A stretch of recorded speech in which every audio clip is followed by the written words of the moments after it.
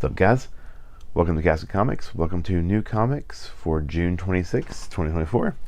First off, we'll just go ahead and hit up some comics that haven't had a chance to read this week, but I did purchase. Mostly because I'm behind in the series.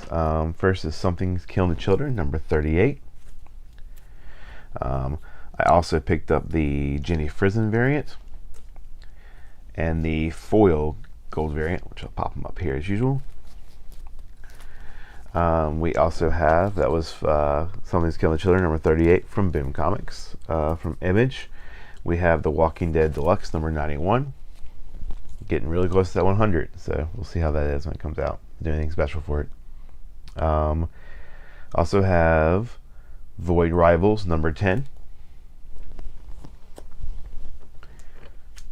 And World Tree, number 11. All series I intend to read soon. I've got to catch up on these, but still trying to just get through Something's Killing the Children first. So, getting into the comics I did read this week. We'll start out with Image. We have Creature from the Black Lagoon Lives from Image Comics. This was a good issue. We're still following the main heroine, who is kind of knows the creature exists and knows it's kind of following her now. Her and the scientist that she's with and the other hunter are all pretty much trying. The scientist is trying to figure out about the creature. She's trying to kill this other serial killer who had tried to kill her when she was younger. So they kind of strike a pact that if he helps her kill this guy, then she'll give him the beast, because it seems like they have an attraction to her. So they go on the mission to find him, thinking they have the upper hand because he doesn't know they're there, but he ends up actually spying on them and figures out she's there. So he now knows that one of the victims he tried to kill that survived is here. He ends up setting a trap for them by putting a dead body with a bomb in the lagoon. He ends up knocking the others out and pretty much bringing her to a cave, and reveals that he kind of reveals himself as the creature from the Black Lagoon, and he's kind of like mutated himself by sewing these pieces from, I guess, another creature from the Black Lagoon to himself. It's pretty crazy. It's a good story. I don't think this has quite held my attention as much as Dracula did, but it's really cool seeing the Universal monsters get their own like kind of retellings and reboots. So it's a fun issue. So that is Creature from the Black Lagoon Lives, issue 3 from Image Comics. Next, we're going from probably one of my least favorites to one of my favorites this week was Feral, issue 4. This comic has just been a blast. We continue following the three main characters. They have just finally made it to their house and realized that it's quarantined. Obviously, they don't know what it really means, but they go into the house to find nobody there. We find out from the end of the last issue that the whole town is under a quarantine from a rabies outbreak that's like highly aggressive. We kind of get this reveal that the cats have learned how to open doors, which is kind of funny. They can swipe at it and knock the door handles open. They're kind of going through the house trying to find food. And we get this kind of weird, like, spirit vision for the main cat. She kind of, it's very kind of, it's a little abstract, but it's really cool. We also, Lord turns the TV on, trying to chew on the remote, and we get kind of like a little bit of breakdown of exactly how everything's happening and where the people need to go if they find out, that they've seen animals rabies or have been bitten by them.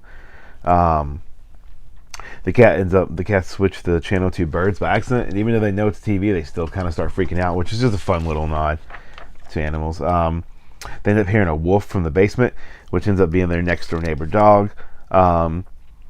And Lord says he's okay, but the dog ends up having rabies and attacking them. They end up getting him outside, and they're angry because Lord just kind of like always just like does what he feels. He just, it's just like ADD snap to it, and you realize that you kind of get a flashback from like Elsie is there. They told a flashback from Patch. So about when Lord first got there, Elsie being like the only cat was like Patch. When Patch got there, Patch stayed out of Elsie's way, so she still was like the center of attention for the family. But the fact that Lord wasn't, it kind of made her jealous, so she took Lord out to play hide and seek and left him.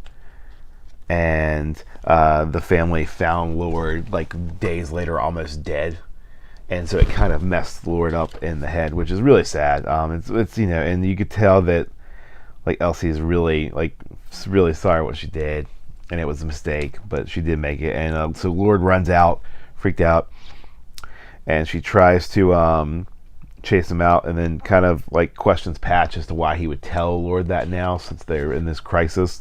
And then we get the reveal from the first issue where Patch has been bit, that Patch has finally turned, which was a very sad thing. Like, it was, we also get this funny like little text message, like Facebook post for a lost dog for the neighbor's dog. It's kind of interesting. Yeah, once again, like I said, solid issue. Super excited for this comic. It's been really good. Hopefully it continues to be as solid as from what I've heard as Stray Dogs was. So yeah, but that is Feral issue 4 from Image Comics. Moving on to some Marvel stuff. We have Superior Spider-Man number 8, which is the finale, which I'm kind of glad. It's been a good read, but like it also was just wasn't quite, it wasn't what I expected when I heard a new Superior Spider-Man comic was coming out. But I mean, it was also something unique and a little different. It wasn't just them rehashing Ock becoming the Superior Spider-Man again.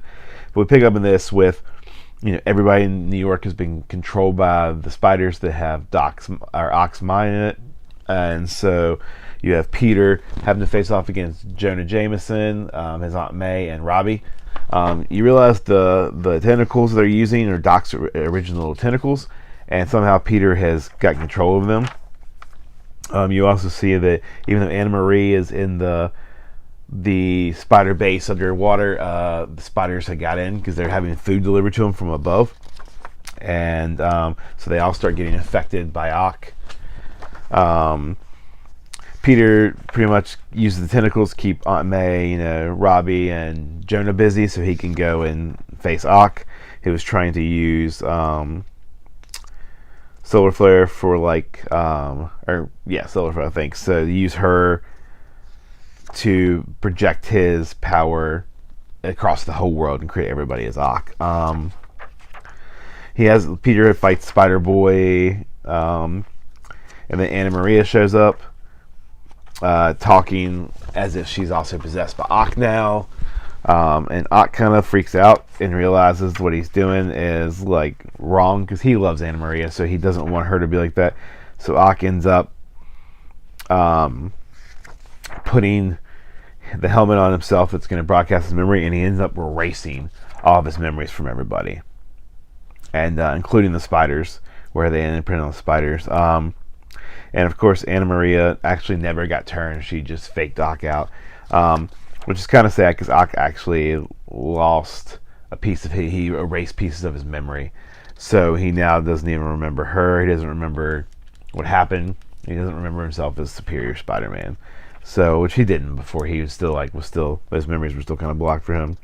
But so at the end of it, he kind of swears revenge and flies off like Ock does, and you kind of have just this end with Spider-Man and Spider-Boy talking.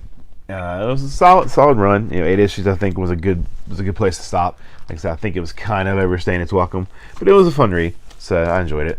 But yeah, that is Superior Spider-Man number 8 from Marvel Comics. Next from Marvel, we continue into different Blood Hunt tie-ins. This is Vengeance of Moon Knight number 6. Obviously, I was reading this long before the Blood Hunt tie-ins, but this one picks up following some of the other Midnight Mission people. You follow Reese and Soldier, who are both vampires themselves, and they're having to fight these different vampires. It kind of picks up with them trying to rescue people off the street. This person's trapped in his house, but he knows they're vampires, so he shoots at them, and he's kind of afraid of them. And Soldier just kind of makes Reese realize we have to leave him, because how's he going to react when he finds out we're vampires? He's not going to want to come with us. We're going to make stuff worse, so they leave. And the issue pretty much just follows Reese dealing with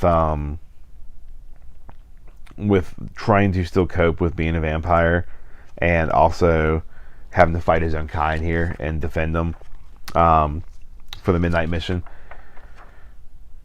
But Reese is just like determined, and we also get to see the therapist again. The therapist is in the midnight mission with the people they're bringing to save. She's kind of helping them keep the people safe. But Reese is determined to save people. They meet one of their other. Reese meets another vampire that was turned, who is pretty much guarding her own turf. She offers them a place to stay for Silence, but she doesn't want to offer anybody else, just the vampires. And Reese just kind of is like, no deal, because what you're doing is wrong. Like, we need to help the people too, not just ourselves. And Reese kind of has a breakdown, and that's why this vampire is just like, you still have too much human emotions. And she pulls a blade on Reese, but Blade just takes the blade at her throat, and it's just like, I'm not afraid now, am I? So she pretty much tells her to leave, and that they'll handle it. Because Reese says the sun will rise again, but then the other vampire says, "You say that because you're young, you remember the sun." And she goes, "I haven't seen the sun in 100 years." And at the end, there, that Reese ends up sending the others. 8-Ball is also kind of helping them, which is really funny because once again, kind of an anti-hero now, trying to be a villain becoming a hero. Reese sends Soldier and 8-Ball away to keep helping people. And Reese goes back to the door of the man and just kind of talks to the man and really breaks it down for him and is honest. And at the end, the man comes out and says, "I think I'd like to go with you." And as they step out, they see the sun coming back from the darkness. And then, Reese says they did it, and then so you get a to be continued, which ties into Blood Hunt number 4, actually. So, solid issue again of Moon Knight. I think this has been one of my favorite Marvel reads, next to some of the bigger ones, like Ultimate Spider-Man, some of the Ultimate stuff. But yeah, it's just been a really fun read. So I think it's going for a while. I think we at least have 10 issues scheduled, maybe more. So this one will be one that I'll continue to keep reading because I've enjoyed the group so far of the Midnight Mission, continuing without Moon Knight. So, all right, next we're going into Ultimate Black Panther number 5. Speaking of the Ultimate series.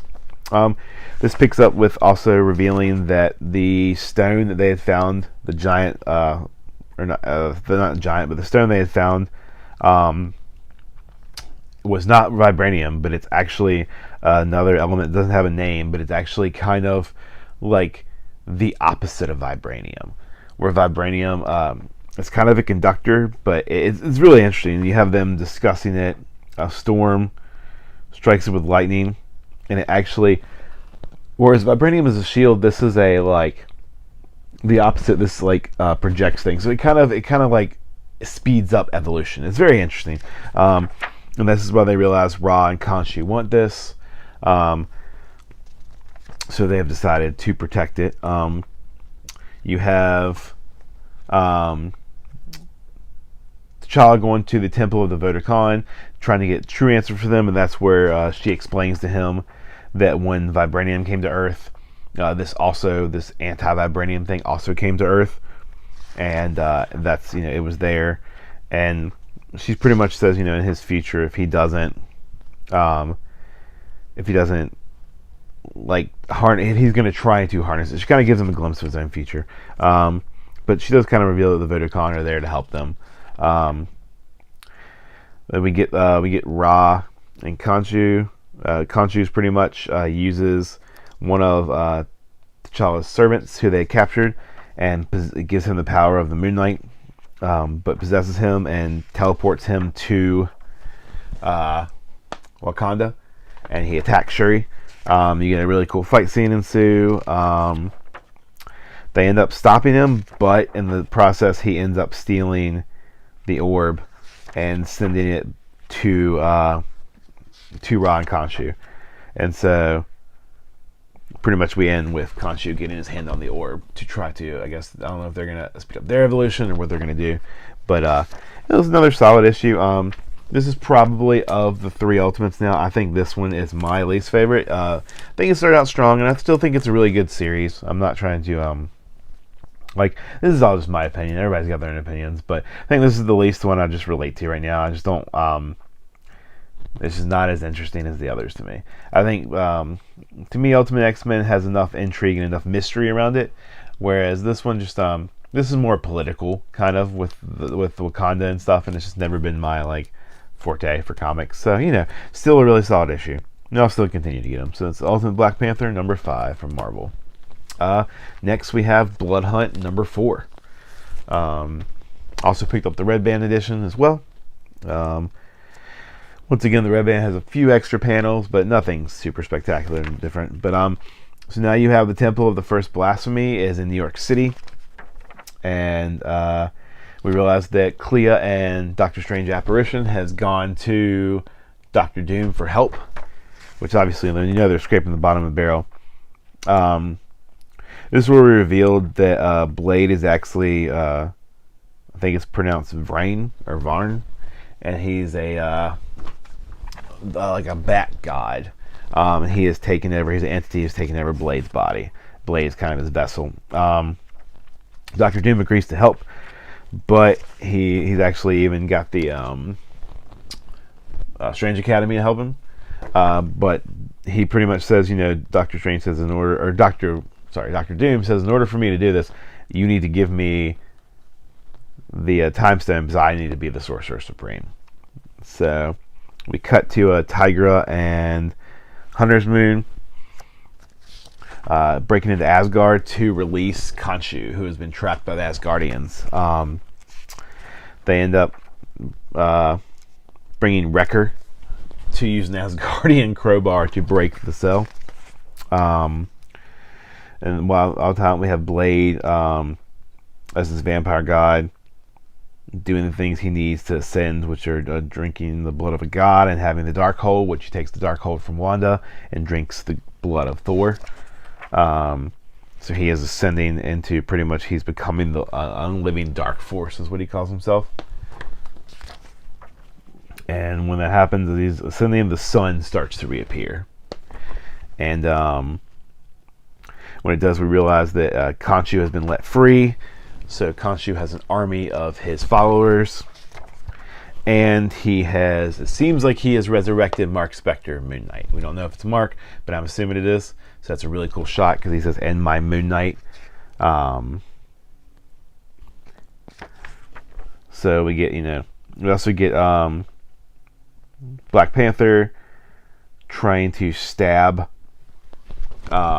Blade, realizing that the heart-shaped herb has actually began to heal his vampirism.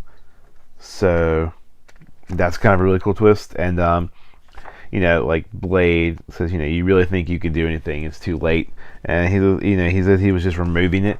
You realize he took the spike out of Thor's head, so Thor is kind of back active. And then you realize the Avengers are there to fight him, and he just says, "Come on, then, come and face the unliving dark force." So we're going to lead a little cliffhanger leading into issue 5, which is the finale of this. It's been a good read. I've enjoyed this. It's one of the better crossovers. I think I've enjoyed it because I have not forced myself, even though it obviously enriches the experience, I have not forced myself to buy all these spinoffs, because they've done a ton of spinoffs. Like, I get why Marvel does it.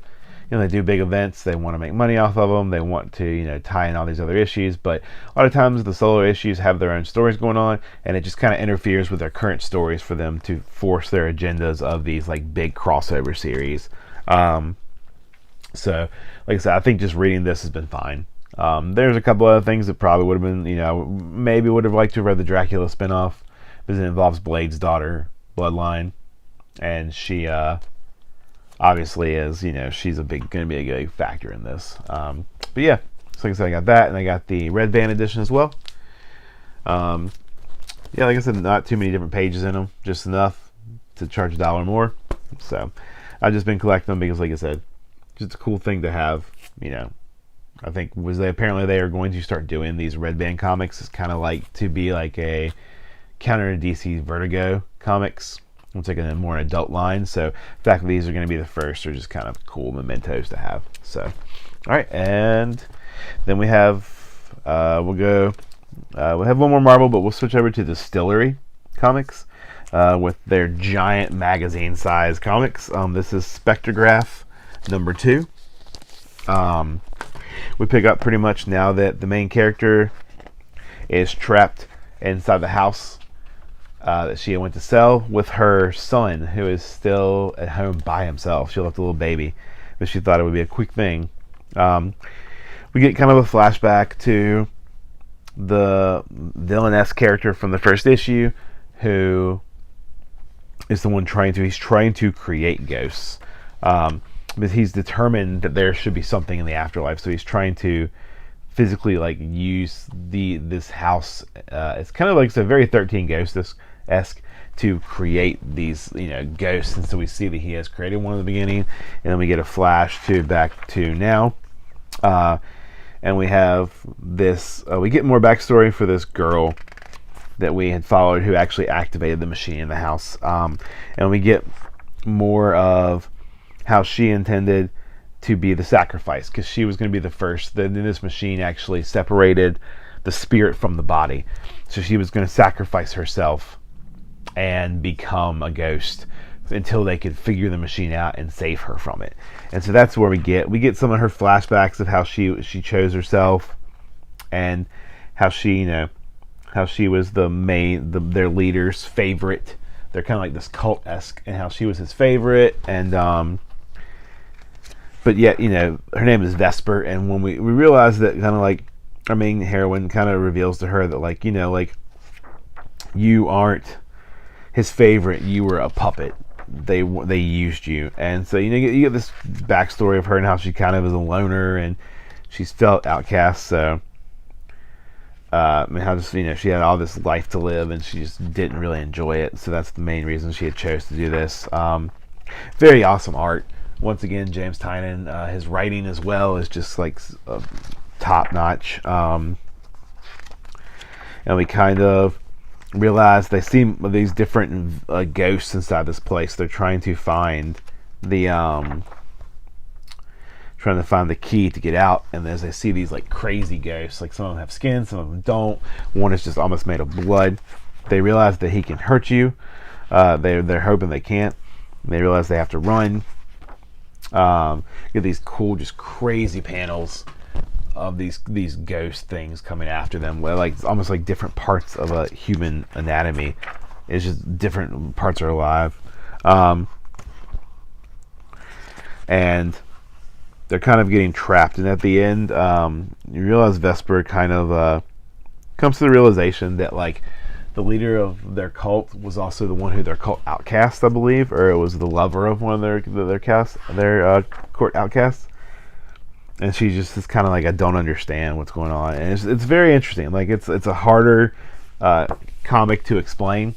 It's one of those you almost have to read for yourself, but it's a wild comic. I very much enjoyed it, and once again, I will probably continue to be a James Tynion fanboy, if you will, or James Tynion. His stuff is just, like I said, his stuff.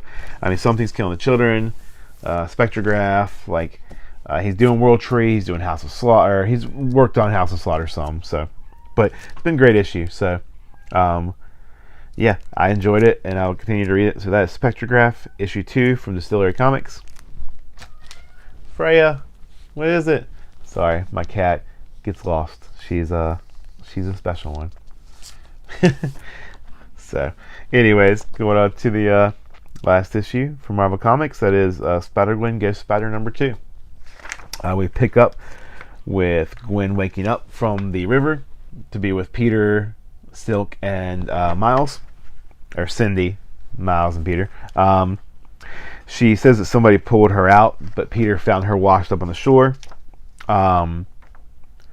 So we kind of have that mystery going on of who saved her. She tries to explain to Peter and them what's going on without telling them too much, because she still doesn't want to break the time, the time variance stuff that they gave her that she couldn't talk about. So they pretty much, Miles and Peter leave, kind of feeling that she is like lying to them and leave her with Cindy to watch her. She ends up you find out her symbiote suit is healing her a little bit, so she's okay. She finds a package that is the knife that actually that Kraven stabbed her with. And we also kind of realize that Kraven isn't Kraven. He is a shapeshifter. So it gives you the hint, and by the end of this, they even mentioned a chameleon. So it gives you the hint that this is chameleon. Gwen takes the knife to an expert to find out that the knife is fake. It is not, obviously, like original that Kraven would make. As she's leaving, Peter shows up and is asking her for help.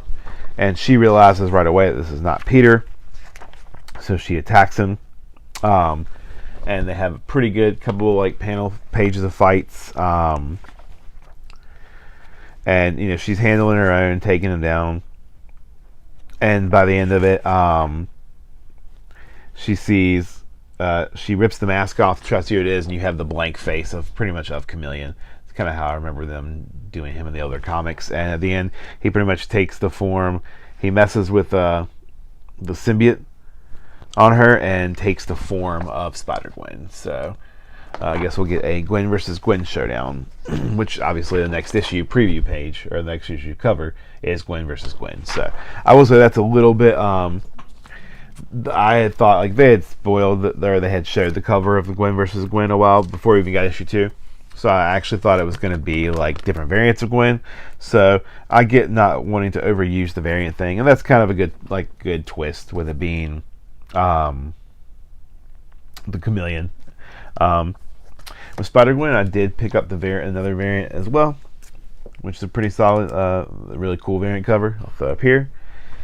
And yeah, guys, that is it for this week. I'm gonna put this video out today. It's been long overdue, but I'm trying to get my HeroCon video out with a recap of everything because I had a blast. But it's been a lot coming back and getting right back to work, so try to get that. Also, I will try to continue back issues starting this Sunday. I missed last Sunday, but we'll pick up with Something to Kill the Children Volume 5, which will be my step into new comics as well, because I've read through Volume 4, haven't read past that, so it'll be cool to actually step up and get to read the new stuff as well with you guys.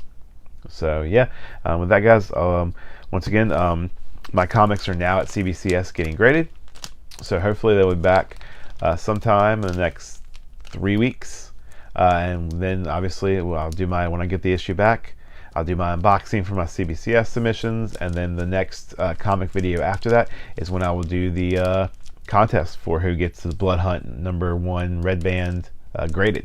So definitely like, comment, subscribe.